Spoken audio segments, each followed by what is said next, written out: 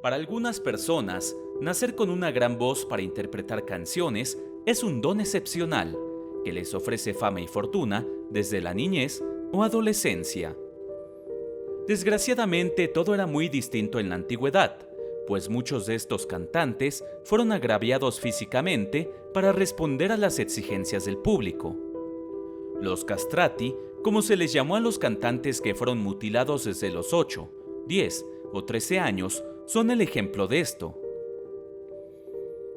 La práctica de la castración para mantener la voz de niño casi intacta es anterior al barroco, pero fue en esta época donde tomó mayor notoriedad, tras el decreto papal de Paulo IV que prohibía a las mujeres cantar dentro de las iglesias. A falta de mujeres que cantaran, se buscó reemplazo entre falsetistas y niños. Debido a la creencia de que la voz lograda mediante el falsete era mediocre, se terminó optando por niños, al tener una voz más aguda. Los castrati por lo regular salían de estratos bajos de la sociedad, provenientes de familias pobres, que querían mejorar su situación económica a costa de sus hijos. Los niños cantantes eran intervenidos quirúrgicamente para retirar los testículos con prácticas realmente espeluznantes y dolorosas. Sin higiene adecuada ni preparación médica formal, los barberos se encargaban de realizar el procedimiento. Uno de los procedimientos más comunes era la estrangulación de los testículos, para que la falta de riego sanguíneo produjera necrosis y se cayeran por sí solos. O simplemente se extirpaban de tajo, después de administrar bebidas alcohólicas al menor. El riesgo de infecciones y muerte era muy alto. Cada año se realizaban cerca de 4.000 cirugías improvisadas a los menores, pero se desconoce el número de sobrevivientes. Esta cirugía no se aplicaba a cualquier menor, sino a quienes ya habían demostrado cierto talento para el canto. Estos cantantes fueron denominados castrati, una palabra italiana que hace alusión a la castración. Ser un castrato significaba que te podías dedicar toda la vida al canto y gozar de cierta fama, pero con terribles consecuencias.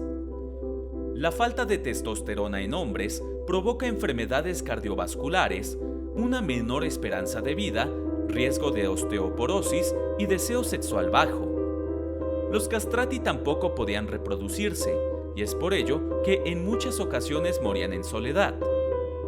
Para evitar esto, recurrían a la adopción. Solo existe el caso de un castrato llamado Tenducci, que llegó a casarse y tener hijos propios, porque aparentemente nació con 3 testículos y solo le fueron retirados 2. En lo personal, pienso que a alguien le vieron la cara y no eran sus hijos, porque con la producción de testosterona de ese único testículo habría bastado para que le cambiase la voz. Algunos sí tuvieron pareja, porque la castración la hicieron alrededor de los 13 años y su pene alcanzó una medida considerable. Quienes sí podían mantener relaciones eran conocidos entre las mujeres como buenos amantes, por no tener la capacidad de embarazar. Aunque la práctica de los castrati se llegó a volver más que popular en Roma durante el Barroco, no tuvo su origen allí. En Francia, durante la Ilustración, se reprobó esta práctica por ser inhumana, mientras era practicada en casi toda Europa. Las voces de los castrati reflejaban la pureza de un niño, pero con la potencia de un adulto. Farinelli llegó a ser un castrato de gran reputación. Por su increíble voz, incluso llegó a recibir el título de primer ministro tras cantar alrededor de 3.000 noches al rey Felipe V, que estaba enfermo de depresión. Una vez levantada la prohibición para que las mujeres pudieran volver a cantar en las iglesias, es que se fue perdiendo la práctica, y el número de castrati descendió. De algún modo, la Iglesia Católica fue la principal impulsadora de esta atroz práctica, y puede considerarse uno de los tantos crímenes que ha realizado en su historia.